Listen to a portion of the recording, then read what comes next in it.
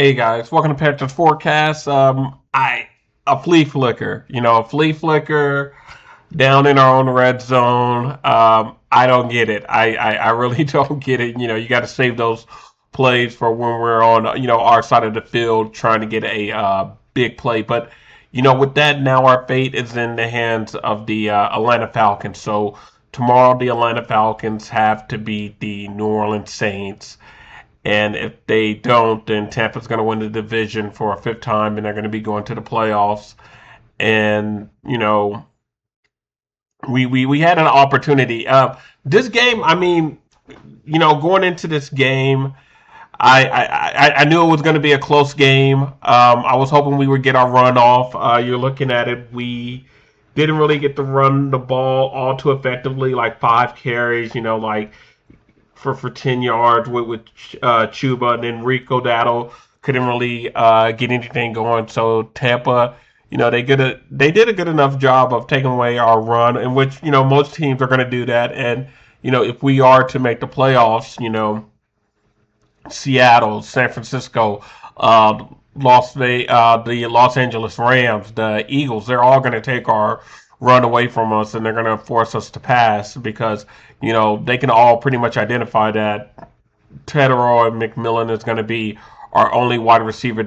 I mean, in this game, he was our only wide receiver that we had that deep vertical play. I believe in the fourth quarter to get our second touchdown to Coker on that fourth down. That was to T Mac, and it seems like he was the only receiver that we did try to go deep and vertical with, which is a concerning issue because we need to start to spread that out with other receivers. We need to start having XL. I know we had Coker in that one. I'm trying to remember that one game. Oh, against the Rams. Coker had a deep vertical catch, I believe, on a fourth down against the Rams. But we had to start, pressing that issue. And in this game, I thought. Well, we also had a lot of penalties holding us back, like that missed face mask, who pulled off one of the Tampa Bay defenders that pulled off Tommy Trimble's face mask, and that wasn't called. But we had all these other penalties, called on us, and that just didn't help us out, as well as just, I mean, Baker being able to just scramble. There were certain times where I thought that we had Baker, behind the line and we had to sack, but he was able to shrug off. He had that one drop off play to, I think, Auden, their tight end. Let me see, is that his? Yeah, Cade Auden. Yeah, Baker had that. He was scrambling around and he tossed it out and he got it to his tight end, and the tight end was able to run it down. It was almost kind of similar to when Tyler Shug did the same thing with I think Juwan Johnson, their tight end against the Saints when we first played them. We had Tyler running around in circles, and then he was able to drop it off to his tight end, and his tight end took it for 50. And sort of the same thing happened today. We had Baker running around. We did get some sacks on Baker. Let me see how our defense did. We had about like 2 sacks. So I mean, we did a great job. I think pressuring. I think we were able to get that one interception with Roseboone, and then we were able to capitalize with that with a touchdown. But I just think that overall this game, we just couldn't overcome some of the penalties that we had, and then also the missed penalties, and then also in the beginning of the game when it raining, and you had Rico slipping around, and then Chuba wasn't able to get anything going. We weren't able to get a run. It just became one of those games where our defense did a good job of keeping Tampa from going in into like the 20s or the 30s. So we got to give our defense credit for that. Our defense still kept the game manageable, but it was just like offensive miscues. Bryce, he kind of really made the same mistake he did last week with the interception to T Mac, where he threw it to T Mac, thought T Mac was open, but didn't sort of pay attention that somebody would be underneath him. More like a coverage against the Seattle Seahawks, whereas this one I think he just put it a little bit too short, and he didn't think that somebody would be telling T Mac, but we're definitely going to have to get a number two wide receiver, and we'll talk about that later.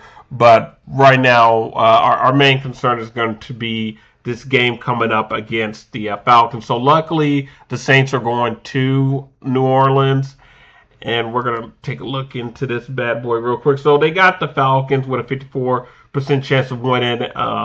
Let's see who's out of this game. I know Chris Olave is gonna be out of this game, so that's a really huge one. They got Demario Davis questionable. They got the guard questionable right here, and then for the Falcons, okay, we're gonna definitely need AJ Terrell in here, but as long as Bijan Robinson can go off, and then I think Kirk Cousins is a good veteran quarterback. He's not gonna throw the ball too willy nilly. I think against the Saints and make too many mistakes. But then again, Kirk Cousins does have like there could be that one game where he, and hopefully it's not this game where he throws a bunch of interceptions. But I honestly do think that the Falcons are probably going to beat the Saints because there's just a lot of incentives for like Raheem Morris to sort of want to keep his job and say that, hey, we got the Falcons heading into a good direction, and my starting quarterback was hurt, and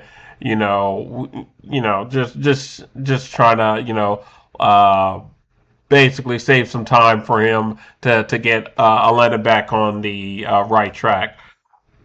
But this season for the Panthers, if it does come to an end, we did good. Last year, I believe we may have finished. Yeah, I think we did finish last in our division, or maybe third. I can't remember off the top of my head, but this year, we were in it. We had our chance to seal this division. We came up short. And that's something that we can build on next year. We got the draft coming up, and then, I'm going to be doing a mock draft. But we got the draft coming up, and then we also have free agency. And I think the main three things, if we miss the playoffs and we're talking like off season with the Panthers, is we need to, one, figure out our running back room, who we're going to keep. Then, two, we need to also I would say in this draft, I know that. So let me look up our. We're gonna look up our draft picks real quick. Let me go to Google. Panthers draft picks for 2026, and here we go. So this is what our draft picks. So we got our own first. Wait. Oh no, that we don't need to look at 27. We got our first rounder this year, second rounder this year, and I believe if we miss the playoffs, we'll probably be picking like either somewhere between like 17 or 20. So that's still a good spot. Then we also have, we got our first, our second, our third, our fourth. We got two fifths and a sixth. So that's pretty good, and I just think that in the off season, if we can probably pick up like maybe more depth, I would say maybe on the offensive line we can focus on that, and then when it comes to the draft, we can start focusing on like maybe middle linebacker and definitely a wide receiver and a corner. I would also say off season. I still think we might need to get like a young corner, someone like these first three picks are going to be interesting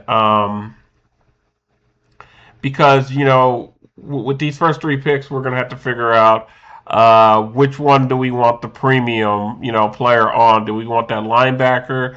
Do we need to go for a wide receiver, or do we need to go for a corner? I'm starting to lean more. But we'll say that for the mock draft. We'll say that for the mock draft. But yeah, that game against the Tampa Bay Buccaneers. Christ. Yeah, I was hoping we would be able to pull it back, but with just all those penalties, and then that fumble down there killed us. Because I mean, that could have easily been I would want to say about like 3 points, and we probably win the game because I want to say that. But before that, we do go back down and score with Coker, and then we also had that miss 50. I think he missed like a 53-yarder. Ryan Fitzgerald missed a 53-yard field goal in this game. Let me check. I believe he did miss a 53-yard field goal. So it was right there for the taking, and we just came up short on this one. But yeah, that's it. That's all I really have on this one. This is just a just my quick thoughts on the game, and um, yeah, I think the Falcons will probably get the win, and we'll talk about if the Falcons win, whether well, also tonight's game is going to be huge too because the winner of this game will be the number one seed in the NFC, and the loser we would see in the in the likely scenario that the Falcons do win and we make the playoffs because of their win. We would either play the Seattle Seahawks or the San Francisco 49ers will be coming to Charlotte. The Seahawks came to Charlotte. They beat us. They made us one dimensional. We couldn't really get other receivers into the game. And then also we had huge defensive misses with J.C. Horn's missed interception or Derek Brown having an interception. And that was also being knocked out of his hands by an offensive lineman. But the San Francisco 49ers, they beat us, but we went to Santa Clara, where they play at, and we could have actually stayed in that game. I know Bryce Young had that interception real early, and that's points on that's just points taken off the board. So I mean, either team I think we can beat. Obviously, Seattle came to Charlotte and beat us, and then the 49ers we went over there and we still lost. So we'll talk about that. Hopefully, the Falcons get a win tomorrow, but. I just want to say it even with that loss, it's been a good year for the Panthers.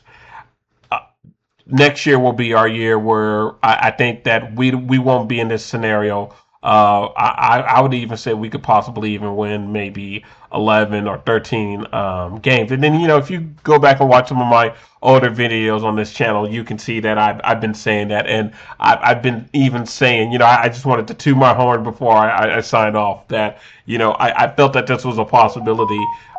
Even when we were 0-2, I have a video talking about are we cooked? You can go look at Panthers forecasts. Let me pull up that video down there, yeah, right there. After we lose to the who do we lose 42 to 12 to? I can't remember who we got spanked to, but I want to say that was probably the Patriots. Yeah, that was the Patriots. Yeah. And I even still then I believe that the Panthers we could still win this division, and it wasn't really out of sync for us. But yeah, just go back and check some of my old videos. I was trying to tell y'all that this was always going to happen, that we would have a chance to win the divisional crown. But I would also say that next year is going to be our year. So this year we won 8 games. I think next year, for a fact, I'd say we can probably win 11 or 12 games, depending on how we hit the draft, depending on how we hit free agency. I think 11 and 12 games is definitely within our reach. And this off season, I'll be making videos when free agency turns around, and then also doing a mock draft. I'm gonna probably have a mock draft out tomorrow. But yeah, this has been yeah, I'm gonna go ahead and sign out. But yeah, this has been Patrick's forecast. We didn't get the win today, but hopefully the Falcons can get that win tomorrow. All right, guys, y'all take care. Peace.